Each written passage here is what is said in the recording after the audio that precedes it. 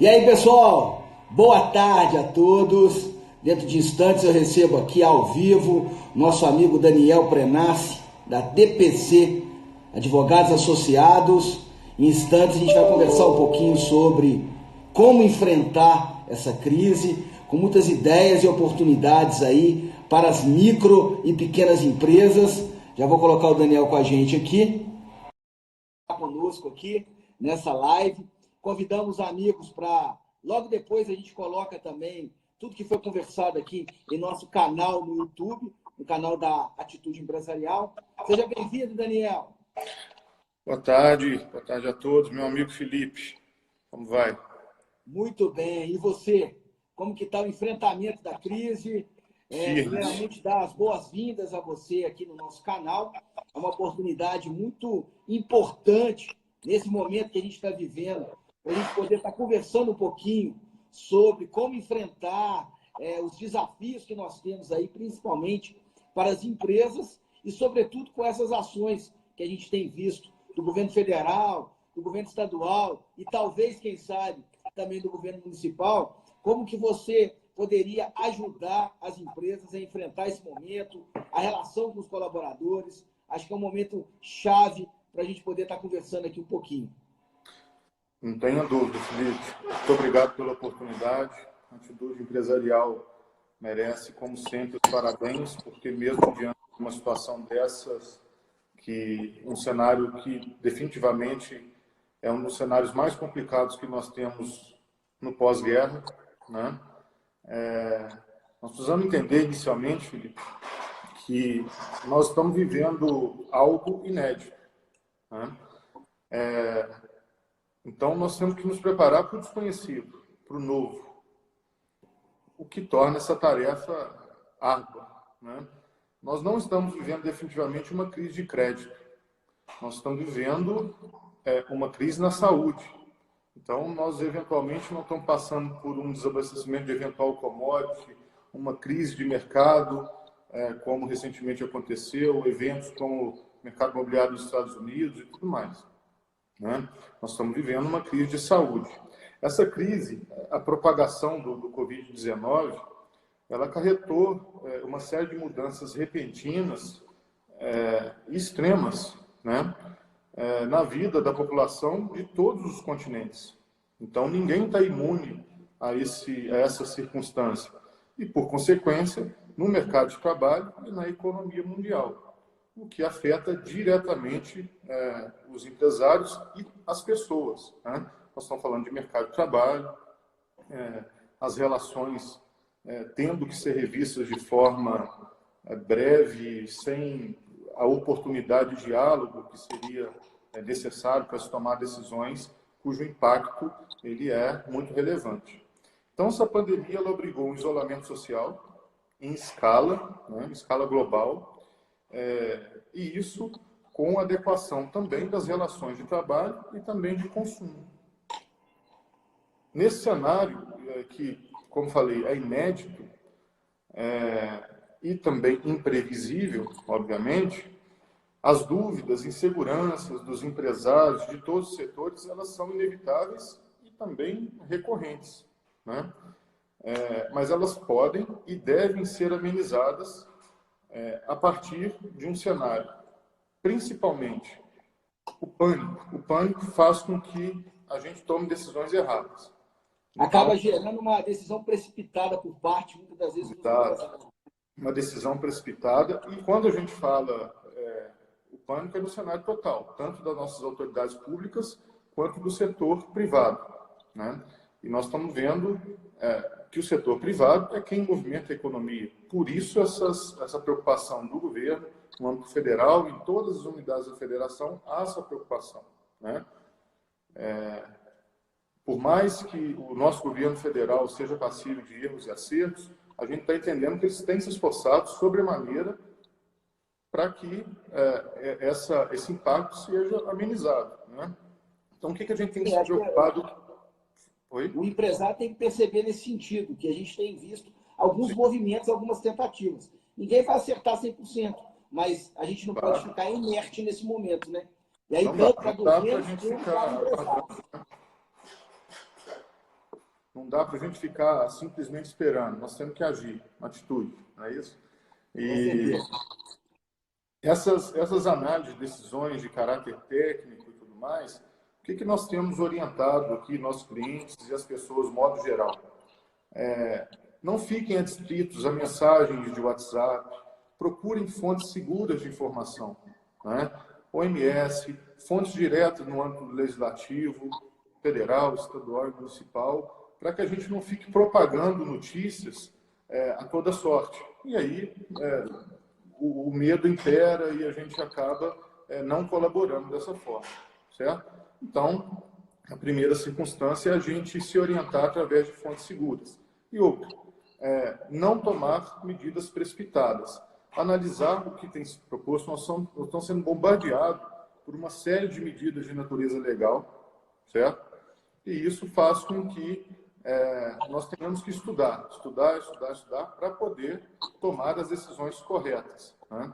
Nós, na qualidade de advogados, nossa missão é orientar os nossos clientes, sejam empresários ou pessoas físicas, né? Nossa qualidade aqui, 90% da nossa carga é formada por empresários, mas as pessoas físicas têm nos procurado, nós temos dado toda a assessoria também. Enfim, vamos passar a analisar o cenário de forma objetiva e um tanto quanto rasa, para a gente não tomar o tempo do nosso espectador, vamos assim dizer, né? Daniel, queria te fazer uma pergunta que eu acho que é importante nesse momento, principalmente voltado para o comércio varejista, que em grande parte do Brasil está fechado, né? Com os decretos aí emitidos pelos governos, a gente percebe que os empresários não estão podendo abrir o seu negócio.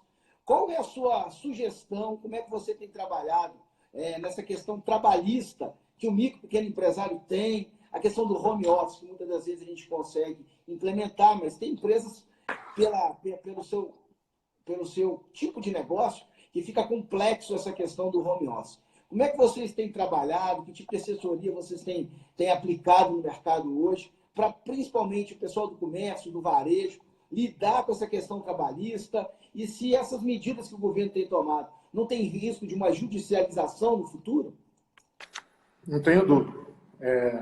Nós temos assessorado, né, o nosso sócio da área trabalhista e com os nossos advogados, nosso sócio é o Rodrigo, né, ele tem assessorado, tem estudado muito, e nós vivemos também um cenário de insegurança jurídica. Vou dar um exemplo para vocês. Ontem, a medida provisória número 927, anteontem, na verdade, quase entrando na madrugada, foi editada essa medida provisória, em que lá, no seu artigo 18, ele previa a questão da suspensão do contrato de trabalho por 4 meses, com a contrapartida tanto do governo quanto do empregador.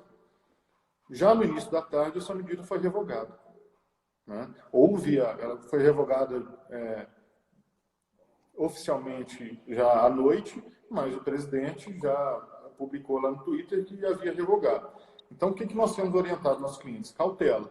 Nem tudo que sai é para sair aplicando sobremaneira nas suas relações. Existem situações em que é impossível a gente manter o trabalhador, ainda que seja home office. Por exemplo, o setor do varejo, né? Nós temos clientes aqui, são varejistas importantes na cidade, e nós temos muita preocupação com eles.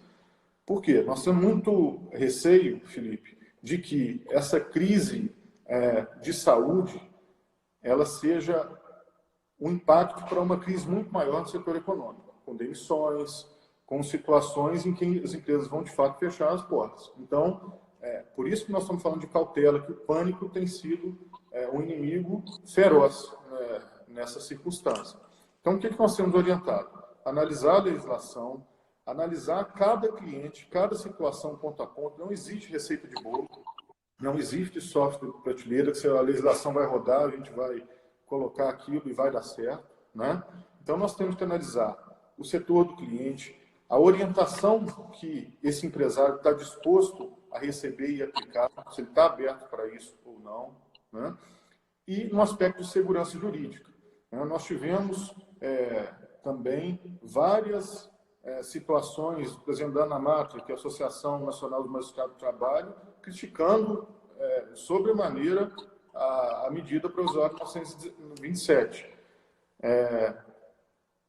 apontando que há vícios de constitucionalidade e tudo mais, né? Então, a gente vive um cenário, sim, de insegurança jurídica. Até nesse ponto, nós temos que analisar as relações para saber se posteriormente não pode ser questionado e, na verdade, gerar um passivo posterior para a empresa, já numa situação tão difícil. Então, nós temos orientado ponto a ponto, uma análise muito criteriosa, de modo que a gente consiga garantir a segurança jurídica dos nossos clientes e preservar o emprego, que é o principal nesse sentido, né?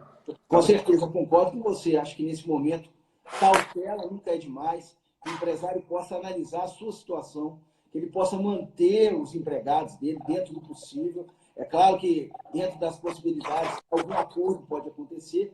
E aí, Daniel, falando de acordo, eu costumo falar que agora os empresários, muitas das vezes, têm que rever as suas despesas, principalmente aquelas despesas fixas. Como é que você tem trabalhado no sentido, por exemplo, de um aluguel? Você acha que é um momento de uma renegociação, de um momento de todos trabalharem em empatia, de se colocarem no lugar do outro? Queria ver com a questão jurídica, como que funciona isso? Como é que se faz uma renegociação, um aumento de um prazo de um boleto? Como é que você tem visto essa questão? Bom, Felipe, nós não temos uma legislação específica nesse sentido e nós não podemos contar também com uma interseção no governo, até porque ele não teria poder para isso. Seria uma medida de caráter excepcional, que dependeria de uma questão constitucional que autorizasse. Então, o que está imperando nesse momento? O bom senso, né? Com relação aos contratos de aluguel. Nós temos clientes aqui que são locadores e temos clientes que são locatários. Há que se estabelecer um diálogo, e esse diálogo ser relacionado através do bom senso. Se a empresa, tanto na qualidade de locadora ou locatária, não está obtendo receita, é óbvio que ela não vai ter condições, no curto ou longo prazo, de pagar esse aluguel, né? Portanto, nós estamos estabelecendo termos aditivos aos contratos de locação, obviamente que isso é temporário, né? Abrindo uma linha de diálogo com as pessoas proprietárias de imóveis, de modo a preservar, porque não adianta nada a gente tomar uma medida que seja eficaz do meu ponto de vista sem me colocar na posição do outro, né? Então, se a gente quer preservar, nós temos que ceder, né, um pouco de um lado, entender a situação do outro e, assim, estabelecer uma normativa para que garanta a segurança dali em diante.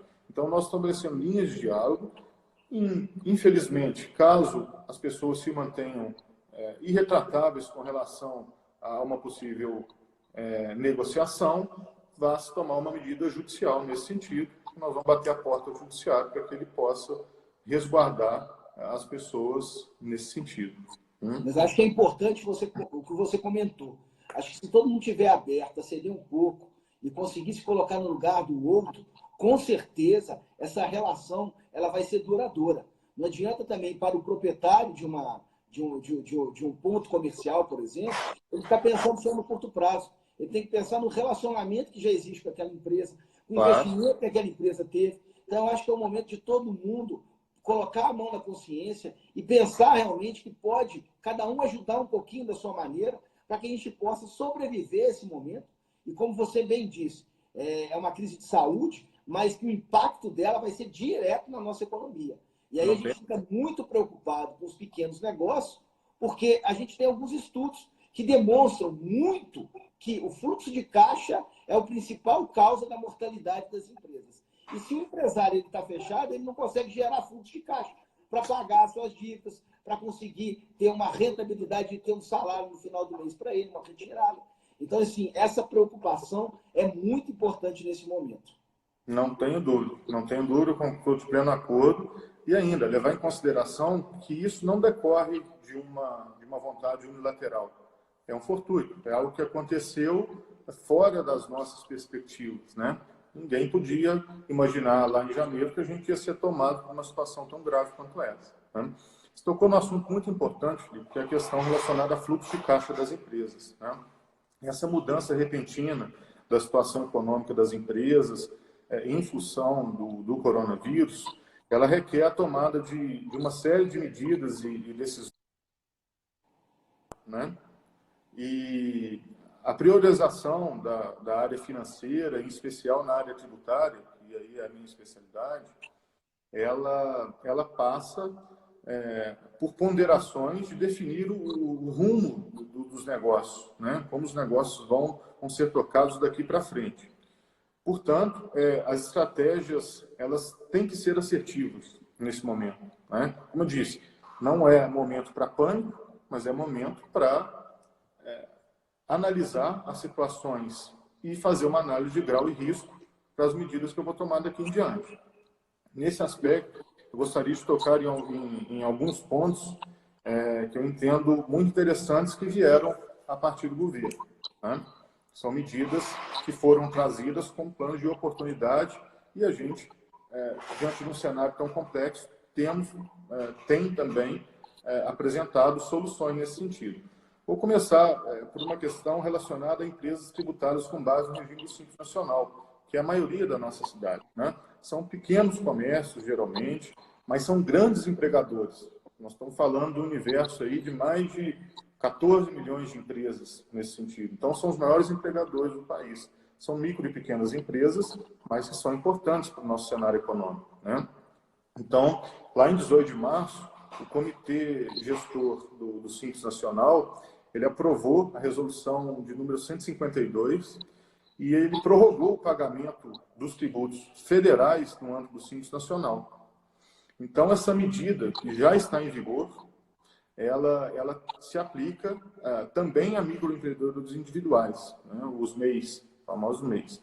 Então, para os períodos de março, abril e maio de 2020, as datas de vencimento foram alteradas. Foram alteradas da seguinte forma: o período de apuração de março de 2020, que tem o vencimento original em 20 de abril de 2020, ele foi prorrogado com vencimento em outubro de 2020. E assim sucessivamente. O de maio foi lá para de abril, foi para novembro, e o de maio foi para dezembro. O que nós temos orientado nossos clientes nesse sentido, que são tributados com base no regime Simples Nacional? Se o seu fluxo de caixa ele está protegido por enquanto, se você estava preparado para uma eventualidade, não desse tamanho, não há razão para que você postergue o pagamento desse tributo. Por quê? Nós não estamos falando em remissão tributária, ou seja, o perdão de eventual pagamento de tributo. Isso vai ser cobrado. E, posteriormente, vão ser pagadas duas guias. Então, se o seu fluxo de caixa é razoável, pague neste momento, né? A prorrogação do prazo, ela não implica, eventualmente, em restituição de quantias eventualmente já recolhidas, né? O período de apuração de fevereiro, ele manteve-se com vencimento em 20 de março. Então, essa é a orientação primeira que nós estamos dando com relação aos nossos clientes tributados com base no Simples Nacional. Outra medida de natureza muito importante foi a suspensão de atos de fiscalização e procedimentos administrativos, tanto no âmbito da Receita Federal quanto da Procuradoria da Fazenda Nacional. Ou seja, esses órgãos fiscalizadores, durante o prazo de 90 dias, suspenderam qualquer ato executório contra o contribuinte. Aqueles contribuintes que estão preocupados com a sua didática tributária têm uma excelente oportunidade para rever, nos últimos anos, as suas práticas, se estão corretas. Então, aí entra a importância da auditoria tributária, nesse sentido, pegar os últimos 60 meses, fazer uma auditoria, ver se tudo está correto, ver se não tem créditos a recuperar. E aí, quando a gente está falando de empresas tributadas com Simples Nacional, nós temos setores em que a recuperação tributária é rápido, ágil e é conta corrente. No prazo de 60 dias, no máximo, está na conta da empresa. Vou dar um exemplo de setores: setor farmacêutico, setor de comércio, setor de cosméticos. É muito natural que a gente encontre muitos créditos de natureza. Supermercados, né? Oi? Supermercados também, você sempre falou. Supermercados demais, né? Os supermercados, geralmente, eles são tributados com base no regime do lucro real, né? E o lucro real é uma série de oportunidades também. Lucro presumido, a mesma circunstância. Então, todos os regimes de tributação são pertinentes de muitas oportunidades nesse sentido. certo? Então, nós estamos orientando nossos clientes a centralizar as questões de prática tributária, rever os seus planejamentos tributários, saber se o regime de tributação ele é mais adequado, principalmente agora, para enfrentar a crise. Eu sou tributado com base no lucro presumido, mas eu vou ter uma queda fenomenal na minha receita. Como o vencimento da minha guia de imposto de renda, que é o termo apto à opção para o regime no ano, vai vencer só no trimestre, no final do trimestre, eu ainda tenho a opção de alterar esse regime de tributação, ou seja, para o lucro real, e assim que o meu impacto seja menor. Tenho a possibilidade ainda de rever a minha forma de apuração de receitas. Se eu faço no regime de competência ou regime de caixa, o que é isso? Regime de competência, eu emitir a nota, eu vou pagar o tributo. O regime de caixa, eu só pago o tributo incidente sobre essa receita se eu eventualmente vier a receber. Então, todas essas didáticas dentro do sistema tributário e contábil são muito importantes para que a gente consiga manter um fluxo de caixa razoável para as empresas. Eu não vou aprofundar muito nesse assunto, porque amanhã nós vamos ter uma live que eu faço questão de acompanhar, que é com o Matheus. Né? Matheus está acompanhando aqui com a gente. Matheus está aí. Matheus é muito competente, trabalha conosco na área de planejamento tributário e auditorias tributárias, e ele vai falar disso com muito mais detalhes do que eu estou falando. Isso é uma pincelada que eu estou passando aqui. Né? Excelente, mas, enfim, Daniel. Excelente. A gente tem uma pergunta aqui, queria fazer para você. Foi não. Deixa eu te falar, o Braulio, nosso amigo lá do Flagrante BQ, abraço para ele. Ele está perguntando, meu amigo. Ele está perguntando com relação ao IPTU.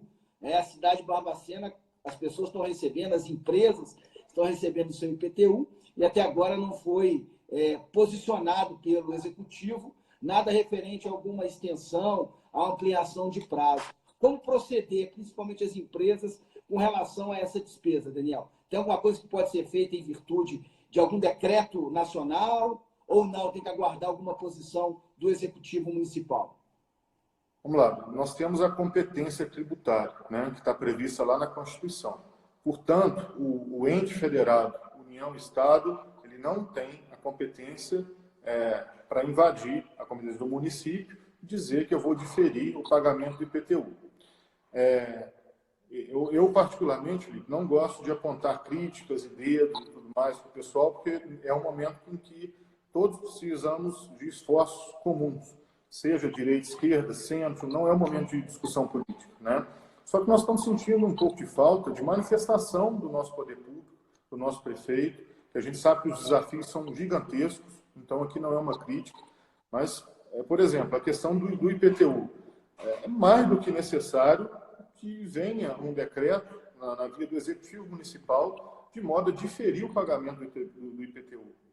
Nós precisamos disso, né? Nós precisamos do bom senso do prefeito.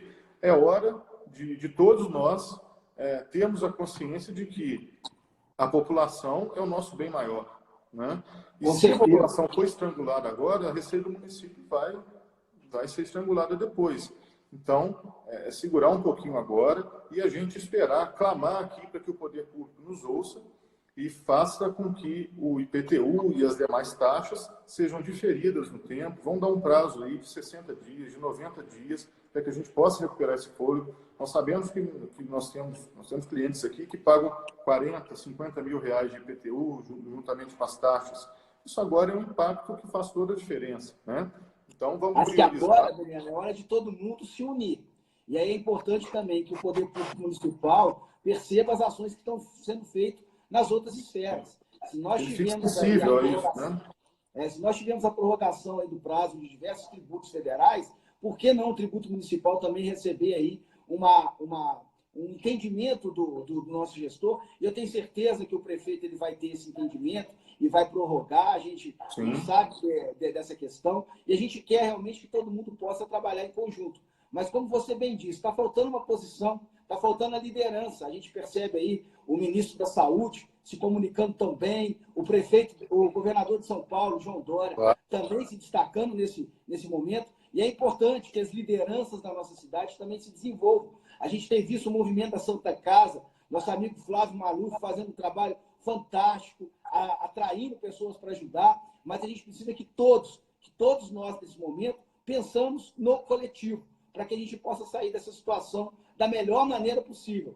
Porque, como nós começamos hoje a nossa live, você bem disse, é uma crise de saúde, mas que o impacto ele vai ser sentido muito na nossa economia. Então, a gente precisa estarmos juntos nesse momento para que a gente possa enfrentar e superar esse momento. Porque quanto antes a vida voltar ao normal, melhor para todo mundo. É isso aí, união de esforços. E aí, Felipe, não vamos ficar apenas dependentes do poder público. Nós temos atores sociais aqui na nossa cidade, né? Vamos falar da nossa cidade, que são os empresários que movimentam e que estão sofrendo sobremaneira com toda essa circunstância. Então, vamos reunir a comunidade empresarial, trazer boas ideias, vir de peito aberto para a cidade, porque a gente precisa também de ouvir, né? Ouvir, são pessoas muito capacitadas, são grandes empregadores, a gente não precisa citar os nomes aqui, todo mundo conhece as empresas que são grandes empregadoras aqui. Então, vamos utilizar a tecnologia, ninguém precisa de se reunir numa sala fechada, nós temos Skype, nós temos Hangout e tudo mais. Vamos trazer a comunidade, colher boas ideias e não ficar só cobrando também o poder público. Preciso disso, preciso daquilo. A gente pode contribuir, a gente deve contribuir nesse momento tão complexo que nós estamos vivendo. Mas precisa de alguém tomar a frente, né? Eu tenho contato com os grandes empresários aqui da região, como você também tem. A gente tem sentido que eles estão preocupados, mas que estão dispostos a ajudar. Eu percebo muito nisso, porque eles também não podem parar, aí pensando muito nas indústrias de alimento, na siderurgia, na questão também relacionada aos produtos de embalagem. Então, a gente tem grandes empresários que estão dispostos a ajudar, mas também estão preocupados com os seus negócios e eles precisam realmente focar na questão, porque o país precisa desse tipo de produto hoje que eles estão desenvolvendo, que eles estão produzindo. Mas eu acho que, assim, eu percebo uma vontade muito grande dos empresários em ajudar. Então, que a gente possa, a partir desse momento, construirmos juntos uma alternativa para que a gente possa fazer com que na nossa cidade, na nossa região, a gente consiga enfrentar os desafios e os problemas vividos em função dessa pandemia. É exatamente isso, exatamente dessa forma, né? Reunir a comunidade empresarial. Os empresários hoje, eles estão uma bomba de informações em cima, tendo que tomar decisões de natureza específica, né? Então, nós temos que assessorá-los e cuidar da nossa economia. Nós temos que ter em mente que quem comanda esse país é a iniciativa privada. Se a gente não privilegiar agora os empresários, quem emprega, quem produz riqueza para esse país, nós vamos ter uma crise econômica muito maior do que qualquer vírus. Então, nós temos que sim dar toda assessoria, segurança. O governo tem que desrespeitar nesse momento o teto fiscal. Não é hora para ficar preocupado tanto com a meta fiscal. Ela é importante, mas nós temos que fazer com que a nossa economia ande e não deixar a nossa economia parar. Então, do nosso ponto de vista, existem alguns atos que são irresponsáveis por alguns prefeitos, não a nossa cidade, mas existem atos que são irresponsáveis, determinando a paralisação de todas as atividades, sem levar em consideração que muitas atividades dão suprimentos para o nosso setor alimentício, para o setor hospitalar, né?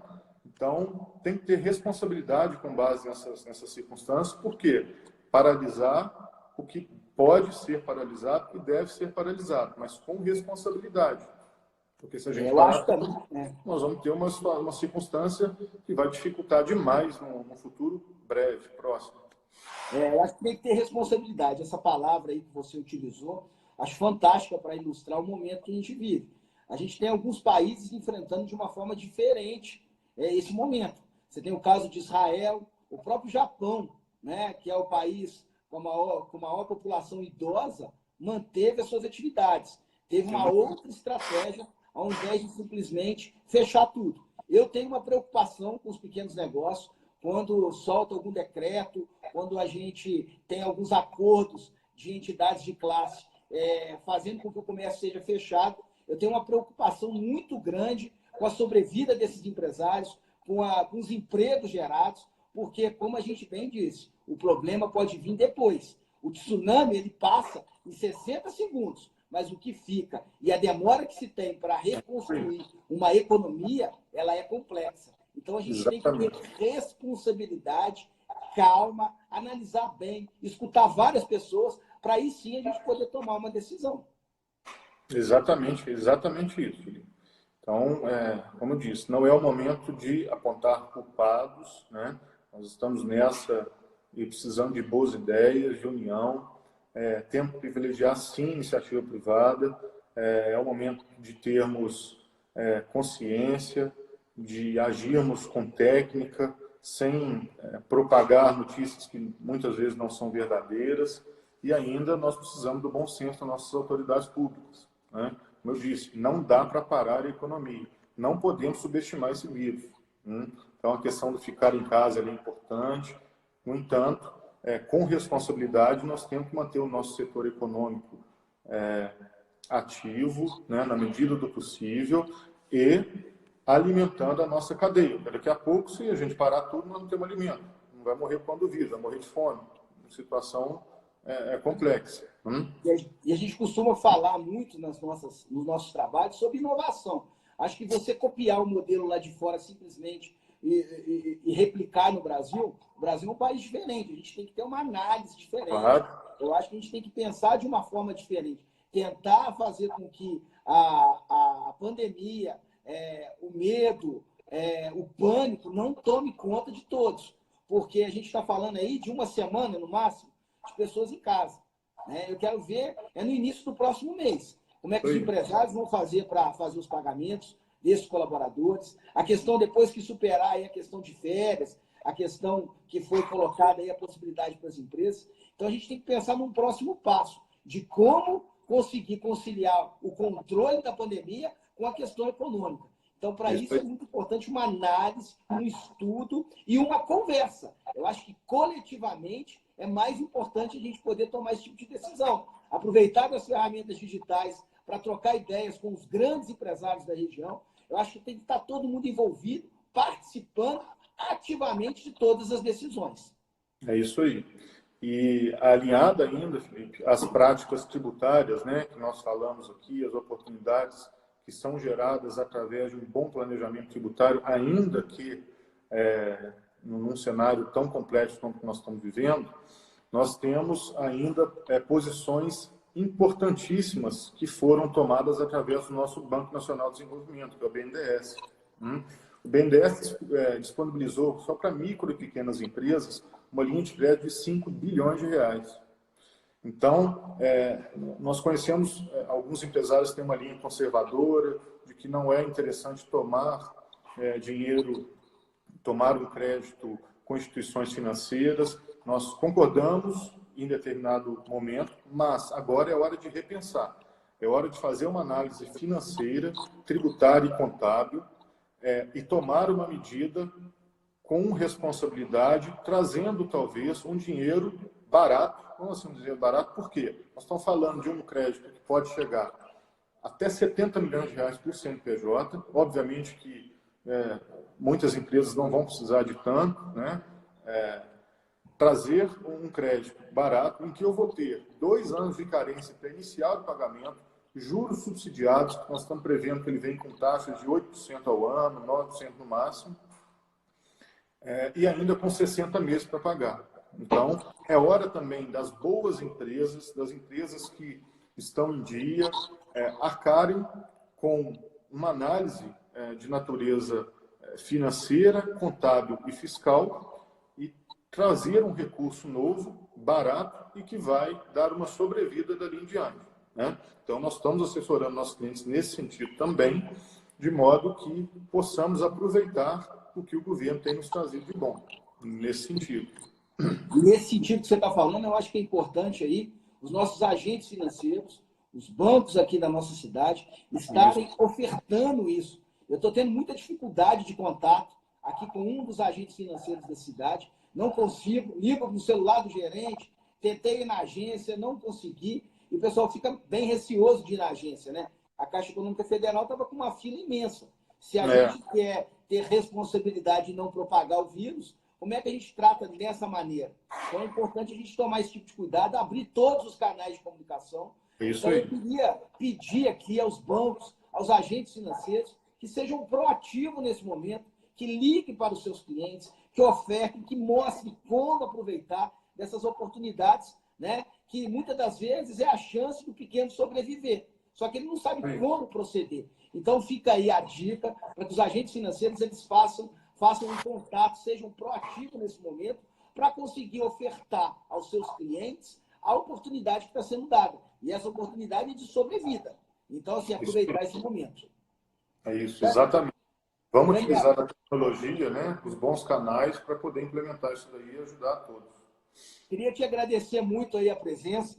Passamos aí de 35 minutos. Queria agradecer mais uma vez a todos aí da DPC Advogados, né? Consultores, vocês que estão sempre aí atuando no mercado aqui de toda a região. Convidar o pessoal para conhecer um pouquinho do trabalho de vocês. A gente tem uma parceria muito grande na questão aí de recuperação de crédito. Vocês têm trabalhado aí com o pessoal do Tex, não é isso? Isso. Então, depois, na sua fala final, você puder falar com o pessoal. Mas aqui agradecer a grande audiência. Chegamos a ter picos aí de mais de 200 pessoas assistindo a nossa live.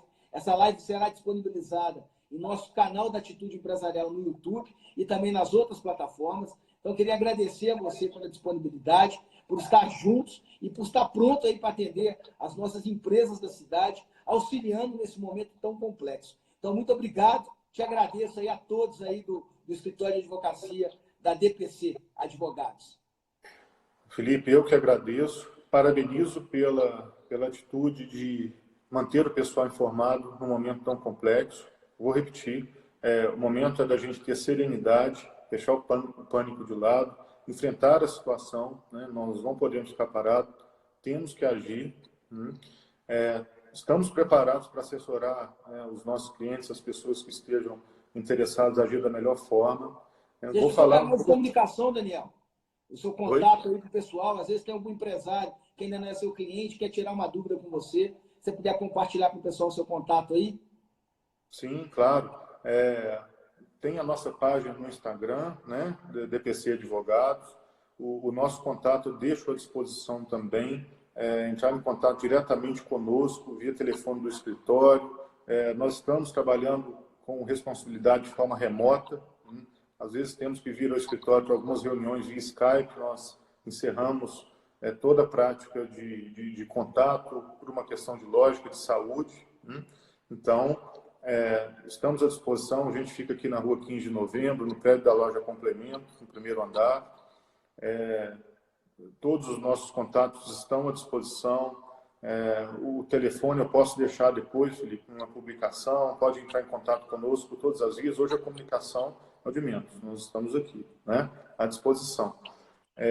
Só para encerrar, com relação à nossa prática de recuperação de créditos tributários, como você tocou, a gente faz isso de natureza eminentemente administrativa, né? Nós não expomos os nossos clientes a questões de cunho que vai gerar alguma dúvida, que a Receita Federal pode vir a questionar, não. Seguindo o princípio do conservadorismo, então nós vamos analisar o negócio ponto a ponto, com muita responsabilidade e poder gerar um fluxo interessante. O Tex Group, como você tocou no assunto, é uma empresa nós somos sócios lá do Tex, com mais de 45 escritórios passados pelo país, uma regra de inteligência artificial baseada com dados em nuvem, softwares em que a gente tem uma inteligência única, com mais de 5 milhões de regras tributárias, que é o nosso diferencial, né? Uma base de código de nomenclatura de produtos, mais de 32 milhões de regras nesse sentido. Então, a gente está preparado, com muita tecnologia, com muito estudo, para oferecer o que tem de melhor para os nossos clientes. Bem? Muito obrigado mais uma vez. Nosso escritório está à disposição para atender nossos clientes em todas as áreas de direito da empresa. As pessoas físicas que tirem necessidade, nós estamos à disposição também. E parabenizar mais uma vez, desejar que a gente saia dessa o mais rápido possível. Vamos rezar, vamos agir e daqui para frente nós temos muita coisa boa para colher. Não vamos desanimar, não. Com certeza. Um grande abraço para vocês aí, que a gente possa superar essa fase o quanto antes. Até uma próxima. Obrigado, Daniel. Valeu. Um abraço, gente. E aí, pessoal, agradecer a presença de todos vocês. Amanhã, meio-dia, mais uma live especial aqui no canal da Atitude Empresarial. Não deixe de conhecer o nosso canal no YouTube. Estamos começando agora, mas com muita informação e conteúdo relevante para o seu negócio. Então, não deixe de conhecer, tá? A nossa página lá no YouTube, o nosso canal lá no YouTube, melhor dizendo, nosso canal no YouTube da Atitude Empresarial. A você que esteve conosco, o nosso muito obrigado. Estamos sempre à disposição, tentando levar conhecimento e muita informação importante e relevante para o crescimento das nossas empresas. Um grande abraço, espero que vocês tenham gostado. Eu gostei demais. Até uma próxima oportunidade aqui no canal da Atitude Empresarial no Instagram. Eu fui!